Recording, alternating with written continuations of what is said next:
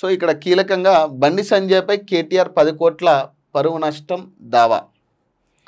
So ఇక్కడ ఈయన ఏం చెప్తా ఉన్నాడంటే సివిల్ కోర్టులో పిటిషన్ ఫోన్ ట్యాపింగ్ ఎస్ఐబి దుర్వినియోగమంటూ గత నెలలో సంజయ్ ఆరోపణలు, లీగల్ నోటీసులు పంపినా క్షమాపణ చెప్పలేదని కేటీఆర్ ఫిర్యాదు. ఆ తప్పుడు ప్రచారం తొలగించి బహిరంగ క్షమాపణ చెప్పాలని కోర్టును ఆశ్రయించిన బీఆర్ఎస్ వర్కింగ్ ప్రెసిడెంట్.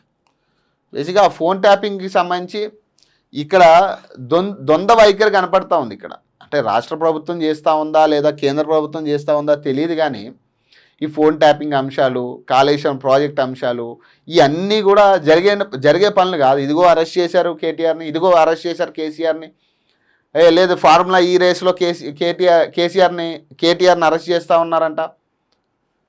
సో ఇవన్నీ కూడా మాటల వరకే కనపడతా ఉన్నాయి. కేవలం వాళ్ళకి ఎప్పుడు గుర్తొస్తే అప్పుడు ఒక మాట, అంటే ఏ వార్త లేదు, దేని మీద స్పందించాలో తెలియనప్పుడు కాళేశ్వరం ప్రాజెక్టు ముందు పెట్టడం లేదా ఈ కార్ రేస్కి ముందు పెట్టడం. ఇదేది నేను ఎవరిని సమర్థించడం కాదు, నిజంగా తప్పు జరిగింది, కాళేశ్వరంలో తప్పు జరిగింది, వాస్తవం. అది ఫోన్ ట్యాపింగ్ జరిగింది అనేది వాస్తవం. చాలామంది బాధితులు ఉన్నారు దానికి, ఫోన్ ట్యాపింగ్కి సంబంధించి చాలామంది బయటకు వచ్చి మాట్లాడిన వాళ్ళు కూడా ఉన్నారు. అలాగే ఫార్ములా ఈ రేస్కి సంబంధించి మీరే చెప్తా ఉన్నారు అందులో అవకతవకలు ఉన్నాయి, ఖచ్చితంగా జరిగింది అక్కడ అనేది. మరి ఎక్కడా కూడా మీరు దాన్ని తీర్చే పరిస్థితి, కనీసం అరెస్ట్ చేసే పరిస్థితి లేదు. ఎన్ని సంవత్సరాలు సాగుతూ ఉంది, దాదాపు మీరు వచ్చి 20 నెలలు అవుతా ఉంది. 20 నెలల నుంచి మీరు మొదట్లోనే చెప్పారు జరిగిన అవినీతికి సంబంధించి ఖచ్చితంగా ఎవరైనా కూడా బాధ్యులు ఎవరైతే ఉన్నారో ఖచ్చితంగా వాళ్ళని అరెస్ట్ చేసి తీరుతామని చెప్పేసి చెప్పడం జరిగింది. మరి చేశారని మీరే చెప్తా ఉన్నారు. మరి ఇప్పుడు కేసీఆర్ కూడా దానికి క్లారిటీ ఇచ్చే ప్రయత్నం చేయట్లేదు. ఇప్పుడు కేటీఆర్ కూడా దానికి సంబంధించి కొన్ని ఆధారాలు బయట పెట్టడం జరిగింది. మరి మీరిద్దరూ తిట్టుకుంటున్నారు తప్పితే ఏదో మీకు వార్తలు ఏమీ లేనప్పుడు, స్పందించడానికి ప్రజా సమస్యలు ఏమీ లేనప్పుడు ఇలాంటి అంశాలు ముందు పెట్టి తిట్టుకోవడానికి ఒక అవకాశం ఉంటుంది మీకు. సో దీనికోసమే ఇవన్నీ పనిచేస్తూ ఉన్నాయి అంతే. ఇక్కడ కేటీఆర్ అరెస్ట్ ఉండదు, కేసీఆర్ అరెస్ట్ ఉండదు. మళ్ళీ ఈ 3 సంవత్సరాల తర్వాత కాంగ్రెస్ వస్తుందా, లేకపోతే బీఆర్ఎస్ వస్తుందా, బీజేపీ వస్తుందా, మళ్ళీ వాళ్ళు వచ్చిన తర్వాత వాళ్ళు ఒక 5 సంవత్సరాలు వాళ్ళు అదే పని చేస్తూ ఉంటారు. అంటే కేవలం ఇదొక దోబిచ్చిలాటలాగా కనపడుతూ ఉంది. ఇప్పుడు దీనికి బండి సంజయ్ గారు ఏం రియాక్ట్ అయ్యారో చూద్దాం. నీ ఇజ్జత్ దావలకు భయపడా, లీగల్గా రాజకీయంగా ఎదుర్కొంటా, కేటీఆర్పై కేంద్ర మంత్రి బండి సంజయ్ ఫైర్. నేను తంబాకు తినట్లేదని గుడిలో ప్రమాణం చేస్తా, నువ్వు డ్రగ్స్ తీసుకోలేదని ప్రమాణం చేస్తావా? దమ్ముంటే తన సవాల్ను స్వీకరించాలని డిమాండ్ అంట. ఇదేం సవాల్ రా భయ్, నాకు అర్థం కాదు. ఈ సవాలు అవసరమా?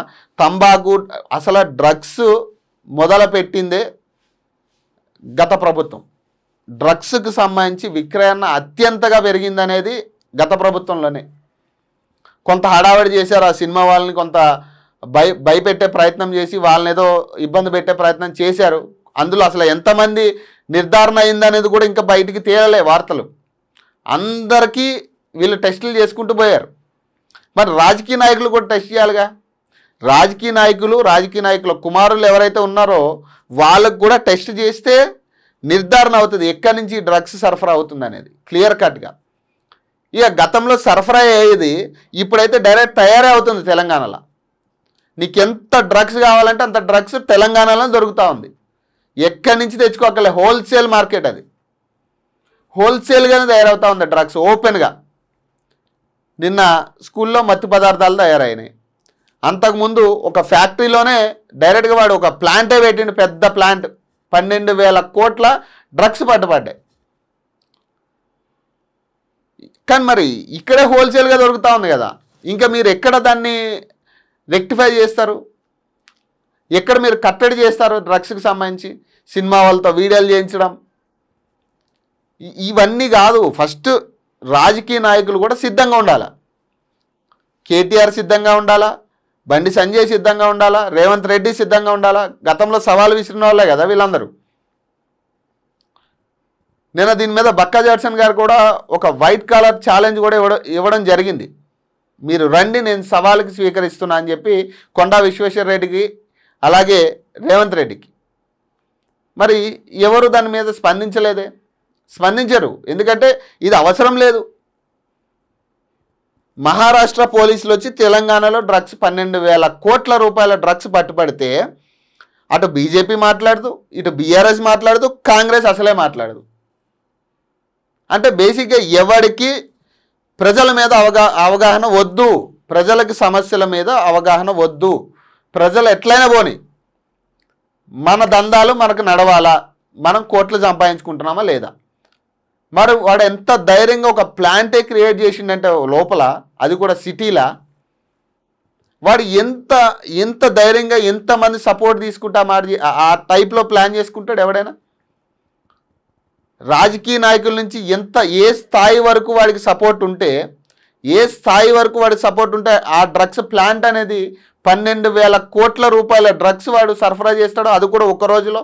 ఆలోచించండి, ఒక్క రోజులో 12,000 కోట్ల డ్రగ్స్ వాడు సరఫరా చేస్తున్నాడంటే నెలకు ఎంత అవుతా ఉంది, సంవత్సరానికి ఎంత అవుతా ఉంది, ఆడు ఎన్ని సంవత్సరాల నుంచి నడుపుతా ఉన్నాడు.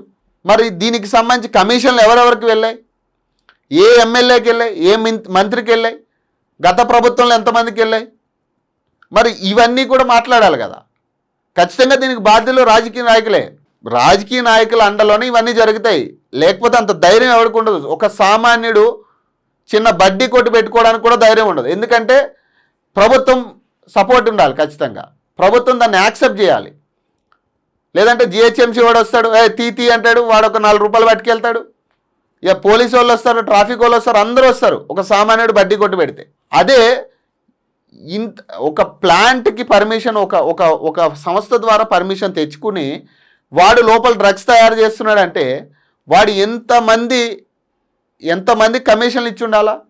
దీంట్లో కేంద్ర ప్రభుత్వం వాళ్ళు ఎంతమంది ఉన్నారు, రాష్ట్ర ప్రభుత్వం వాళ్ళు ఎంతమంది ఉన్నారు, ఇవన్నీ కూడా ఉంటాయి.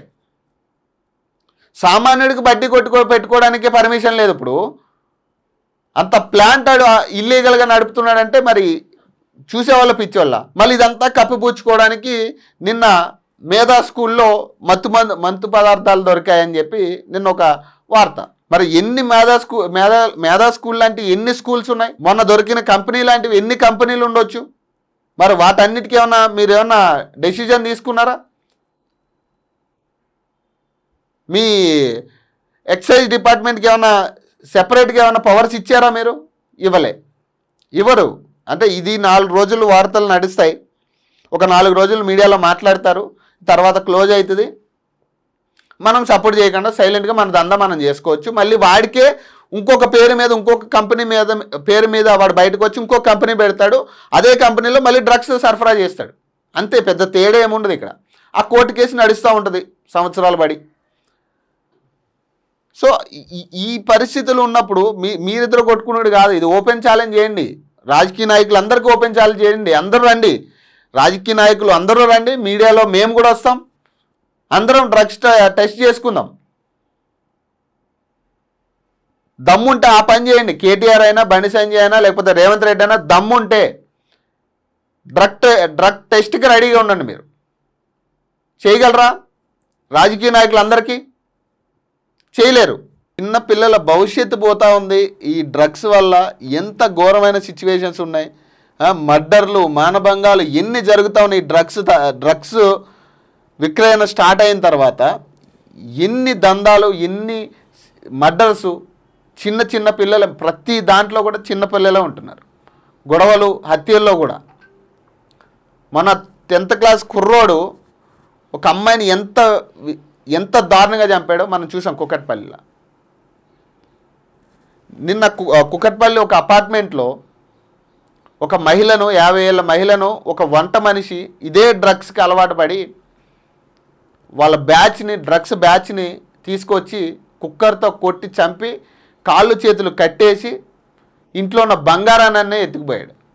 ఇంట్లో పనిచేస్తున్న వంట మనిషి, అంత నమ్మకంగా పనిచేసిన మనిషి. అంటే ఇంత దారుణంగా వాళ్ళకి ఎంత ఈజీగా దొరుకుతుందో చూడండి డ్రగ్స్.